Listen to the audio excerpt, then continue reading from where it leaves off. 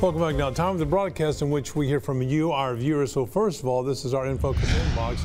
This is from Alvin Boone saying, you know, with the drought and the monster hot weather we had this year, does that negatively affect our bee crop? Are they called a bee crop? Yeah, there's two things that really impact the bees in terms of hot weather. One is the bees themselves, and they suffer. They have to have water in order to cool down the hive. So if there's not a source of water close by, or if it dries up, then the beehive can die. How close does it have to be? It needs to be probably within less than a quarter mile for sure.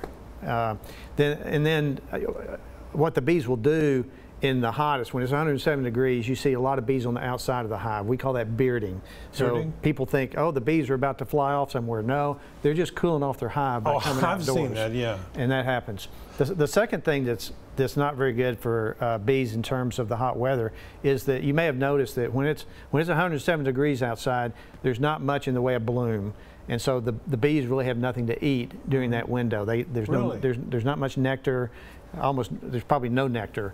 And so if they haven't stored honey from the spring to prepare for the summer, then the bees could just starve to death. So it's imperative that the beekeeper keep track of the honey stores within the hive, so that if they run short over the summertime, then we can supplement that with some sugar syrup. So how close, once again, should you be to water? Well, it's good to be as close, pretty close if you can, so that the bees don't have to fly as far. But they'll fly a quarter mile away in order to get some water. So pretty much if I'm like 500 yards away from, or maybe a couple of hundred yards away from like a cattle pond. That's great. That's wonderful. I have bees that are just that, about 100 yards away from a water source. Yeah. And as always, we invite more feedback to focus on. If you want your voice to be heard next week, send us an email, infocus@ktk.com, and you make sure your comments right here on The Big Show